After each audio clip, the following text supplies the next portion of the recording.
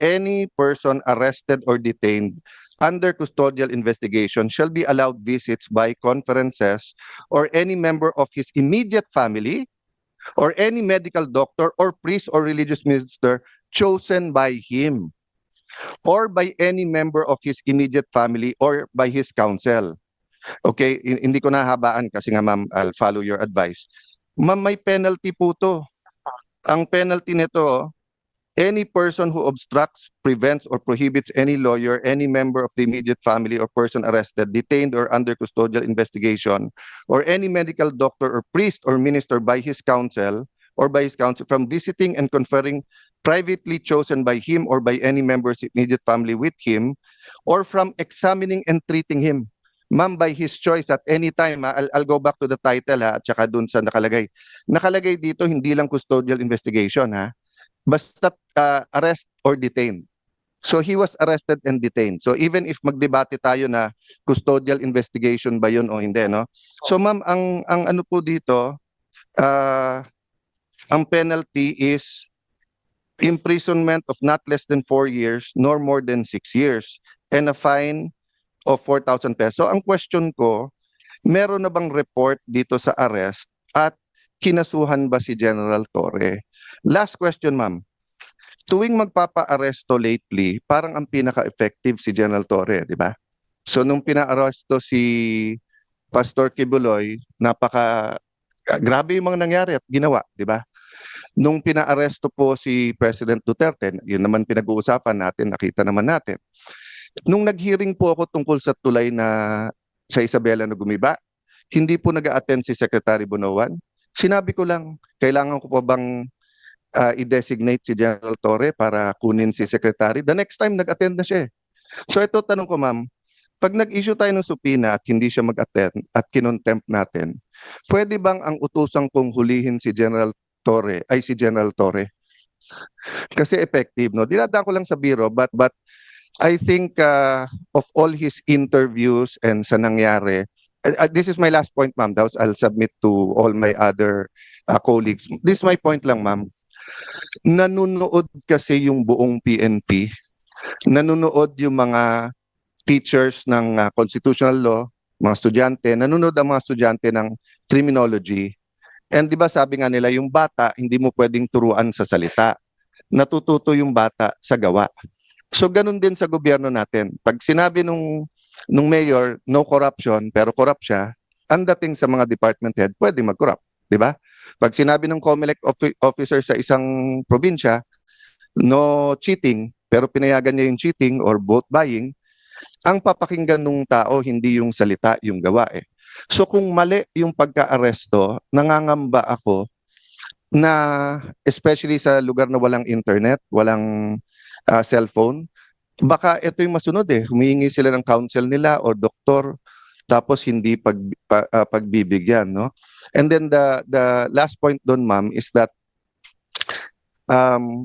bakit kapag ka lower rank, meron pong isang vlogger, di ba, na PNP na nagsorry na kaya parang okay pero hinuli tapos kakasuhan.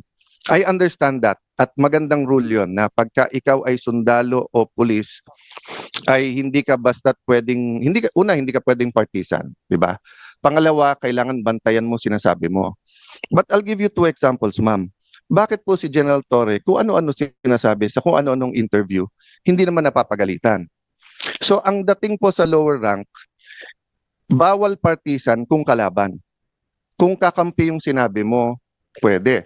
I'll go to a non-partisan issue. And I respect this person very much. I think he's one of the best chief of staff, personal friend, etc. Kaya lang, as a former secretary of the DFA, I have to mention this, no? When the AFP chief of staff said, prepare kasi madadamay tayo kapag ka-invade yung Taiwan, tayo po ay may one China policy. Ano po ang magiging reaction natin nung sa Marawi siege kung sinabi ng China, prepare kasi pag sinugod nila yung Marawi o kapag nilabanan nila yung secession sa Mindanao, mai-involve tayo. Magre-react din yung foreign affairs natin, hindi ba? Kasi nga may one China policy tayo. Don't get me wrong, ha. Ayaw natin ng gulo sa Taiwan. Nakikisimpekto tayo sa democracy ng Taiwan. We want them to coexist with mainland China. But having said that, we have to be sensitive. So the right person to speak is either the DFA or the presidential spokesperson, hindi po sundalo or police, no? So I'll stop there, ma'am, pero sana nga consistent tayo para hindi nalilito yung mga kawani ng gobyerno kung ano talaga ang tama at ano yung mali. Paano yung kasi kailangan niyo po talaga siyang ilipad sa daig no matter what on that day. So paano po ibinaba sa inyo ni PNP Chief Marbil na how did he say that to you na no matter what we need to fly the former president to the Hague and we need to implement the ICC arrest warrant? Arrest him and bring him to the Hague. Yun lang. Simple as that. Arrest him and bring him to the Hague. Sagot ko lang, sir, bigyan mo ko aeroplano. O di ayos. And then the rest, you planned everything. Pero matagal na yun eh. Ang plano na yan, matagal na yan. Hindi yan spur of the moment eh. Matagal na yan. And nagkataon lang na talagang yun, the opportunity arose.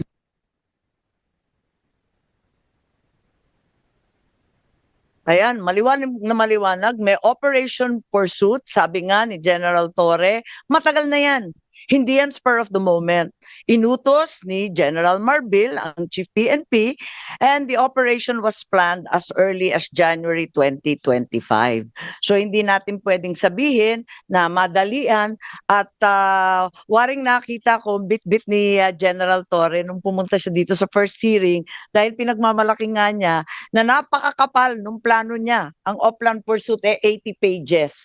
At maliwanag na ang PNO had prepared a secret plan, Oplan Pursuit, to detain PRRD, including scenarios of arresting him either in Manila or Davao. It also contained maps of properties of the former president, his partner, his allies, with arrows labeling the nearby streets where the PNP could access the property.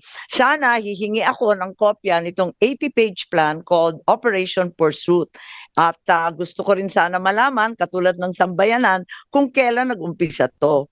Dahil obviously, itong Operation Pursuit was concocted weeks, if not months before March 11. Panay ang sabi nila, nagulantang daw sila nung dumating nung March 11 ng umaga.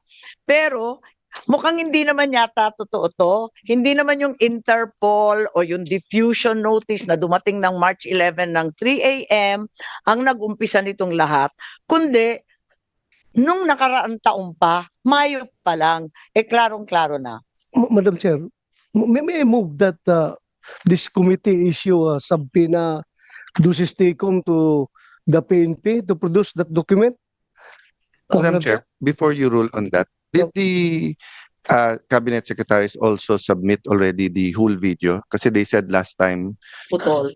na they will submit their version of the whole video. Kasi I agree with Senator Bato that any piece of evidence that is not confidential or does not violate national security should be handed over so that we can be fair to them, diba? We don't want to come out with reports then sasabihin nila ay hindi yan yung nasa buong video, ay hindi yan yung nasa plano, diba? So maybe we can request them and then if they don't give it then we subpoena it.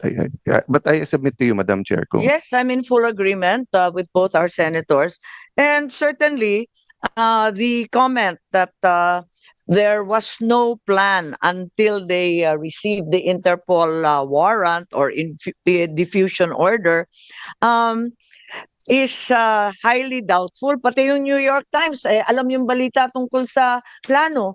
Bakit tayo walang maibigay na plano sa ating komite? Pagkatapos yung complete video na hinahanap ni Senator Cayetana, tama po kayo. Hanggang ngayon, hindi pa nabigay. Pero baka kasi kasama sa 80-page plan yung paghuli kay Senator Bato. So hindi talaga pwedeng ibigay muna sa atin. Senator Bato, anong comment nyo dan?